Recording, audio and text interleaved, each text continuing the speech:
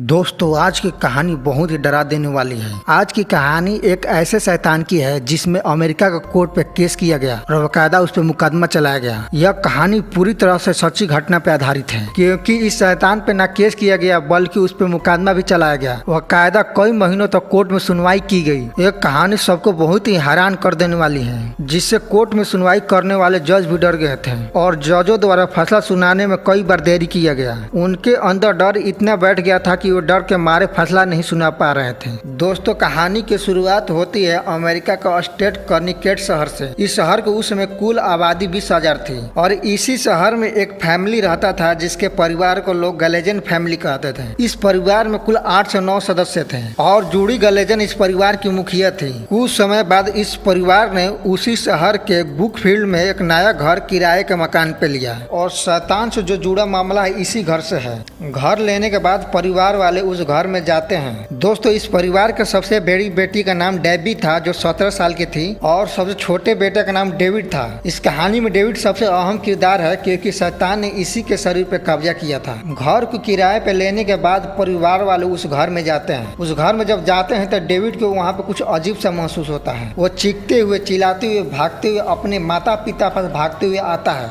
और बताता है कि मैंने एक बूढ़े आदमी के देखा है जो देखने में बहुत ज्यादा खूंखार है और उसे बड़े बड़े नाखून है। उसने मुझसे कहा है कि तुम लोग यहाँ से भाग जाओ। उसकी आवाज काफी डरावनी थी। अपने छोटे बेटे के बात सुनकर परिवार वाले हंसने लगते हैं और उनको लगता है कि डेविड बकवास कर रहा है। इसलिए कुछ दिनों बाद वो लोग अपना सारा सामान उस घर में शिफ्ट कर देते हैं और उसके बाद रहने लगते हैं। धीरे धीरे ऐसे ही समय गुजरने लगता है, लेकिन एक दिन बहुत ही अचानक एक खौफनाक घटना घटती है। रात को अचानक डेविड चिल्लाने लगता है और वो अपने माता पिता को बताता है कि उस शैतान ने उसे रात में आकर जगाया है। वो छोटा सा बच्चा बुरी तरह से डर चुका था, लेकिन परिवार को अपने छोटे बेटे के बात पे विश्वास नहीं हो रहा था। उस घटना के बाद डेविड की हरकतें बदल गई थी। वो घर पर रोज अजीब अजीब से बातें करता था। उसकी हरकतें देखकर सभी लोग डर जा रहे थे और अचानक डेविड का तबीयत बिगड़ने लगता है। परिवार के सभी लोग बुरी तरह से डर चुके थे। इसके बाद परिवार के लोग फैसला करते हैं कि डेविड को डॉक्टर को दिखाया जाएगा। जब डेविड को डॉक्टर पास दिखाने ले जाया जाता है तो डॉक्टर उसे पूरी तरह ठीक बताते हैं और परिवार को कुछ समझ नहीं आ रहा था कि डेविड का क्या किया जाए, क्योंकि डेविड का परिवार काफी धार्मिक परिवार था और वे ईसाई धर्म के मान्यता में विश्वास करते थे।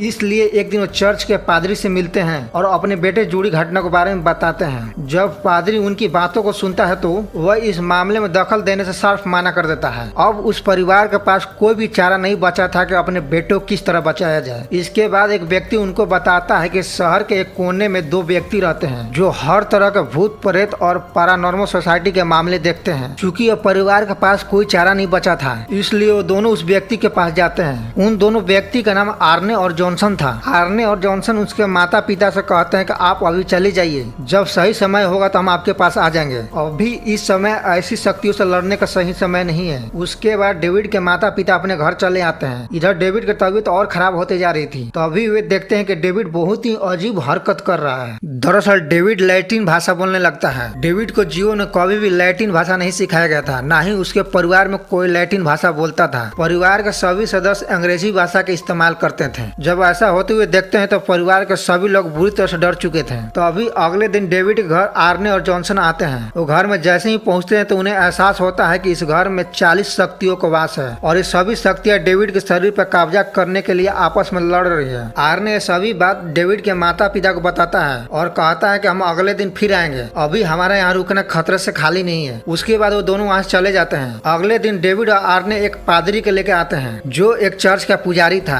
आने के बाद वो डेविड के माता पिता से बताते हैं कि हम 3 चरणों में इस घटना को पूरा करेंगे, तब जाकर शैतानी शक्तियां बस में आएगी। इसके लिए डेविड के माता पिता तैयार हो जाते हैं। फिर अगले दिन पादरी, आर्ने और जॉनसन डेविड के घर आते हैं और सारी प्रक्रिया शुरू कर देते हैं। तो अभी उसी दिन एक अचानक बहुत ही बड़ी घटना घटती है। दरअसल डेविड का बड़ी बहन डेबी का बॉयफ्रेंड उससे मिलने के लिए आता है, क्योंकि अपने भाई के बीमार होने के कारण डेबी बहुत परेशान रहती थी, जिसका नाम एडी था। जब लॉरेन एडी को देखता है तो उसको माता पिता से बोलता है कि इस प्रक्रिया में सिर्फ घर के परिवार ही शामिल हो सकते हैं, इसलिए एडी को वहां से जाने के लिए कहा जाता है। लेकिन एडी इसके लिए तैयार नहीं होता है, जिसके बाद ये बात होती है कि एडी बीच में कोई भी बात नहीं बोलेगा। इसके लिए एडी तैयार हो जाता है। इसी बीच डेबी की तबीयत और बिगड़ने लगता है, जिसे देखकर एडी परेशान हो जाता है और बोलता है कि सारी शैतानी शक्तियां इस बच्चे को छोड़ दो और चाहो तो मेरे शरीर में आ जाओ। जिसके बाद डेविड का अचानक तबीयत सुधरने लगती है और देखते ही देखते डेविड कुछ दिनों बिल्कुल बिल्कुल ठीक हो जाता है। लेकिन अब एडी के साथ बहुत ही बड़ी घटना घटने वाली थी। अब धीरे धीरे एडी की तबीयत बिगड़ने लगता है। क्योंकि एडी और डेवी गर्लफ्रेंड बॉयफ्रेंड थे, इसलिए वे दोनों शहर के एक मकान में लिव इन में रहने लगे थे। एडी अब अजीब से हरकत करने लगा था, जिससे उसकी गर्लफ्रेंड समझ जाती है कि एडी के अंदर शैतानी शक्तियां वास कर गई है। लेकिन ये प्रक्रिया काफी धीरे थी। लेकिन परिवार के सभी सदस्य देख कर समझ चुके थे कि एडी के अंदर शैतानी शक्तियां आ चुकी है। इसी बीच लॉरेन एक दिन उनके घर आता है और बोलते हैं कि एडी पर आप नजर रखिएगा, क्योंकि कभी भी कुछ भी बड़ी घटना घट सकता है। इसी बीच डेवी को एक नौकरी लग जाती है। पशु सैलून था, जहाँ पशुओं का देखभाल और बाल काटा जाता था। इसलिए डेवी अब नौकरी पर जाने वाली थी, तो उसका बॉयफ्रेंड बोलता है कि मैं भी तुम्हारे साथ चलूंगा और रात में साथ में मिलकर पार्टी करेंगे। और रास्ते में जाते समय वो दोनों अपने माता पिता घर चले जाते हैं। जिसके बाद माता पिता और सभी लोग मिलकर सैलून वाले के पास चल जाते हैं, जहाँ पर वहाँ का मकान मालिक एलन उन सभी का बहुत प्यार स्वागत करते हैं और खाना खिलाया जाता है। इसी बीच लड़की देखती है कि उसके बॉयफ्रेंड उसकी छोटी बहन को घूर के देख रहा है। उसकी आंखें अजीब से लाल लाल हो रही थी। फिर कुछ देर बाद उसका बॉयफ्रेंड जाकर अलग खड़ा हो जाता है। तभी वो दौड़ते दौड़ते आता है और एलन पर चाकुओं से वार करने लगता है। उसने कुल 5 बार चाकुओं से वार किया, जिससे एलन के तत्काल वहीं पर मृत्यु हो जाती है। जिसके बाद बॉयफ्रेंड को पुलिस पकड़ के ले जाती है और कोर्ट में मुकदमा किया जाता है, जहाँ पर उसका बॉयफ्रेंड एडी बताता है कि यह कत्ल मैंने नहीं किया है, मुझे कुछ भी याद नहीं है कब यह घटना कैसे हुई है। तब जाकर यह मामला शैतान पे आ जाता है और केस उस घर में रहने वाले शैतान पर दर्ज की जाती है। पहले तो जज इन बातों को मानने के लिए तैयार नहीं थे, लेकिन एडी की हरकतों को देखते हुए काफी डर चुके थे। कहीं न कहीं उनको ये भी लगने लगा था कि एडी के अंदर शैतानी शक्तियां हैं। इसी बीच गवाह के रूप में जादू टोना करने वाले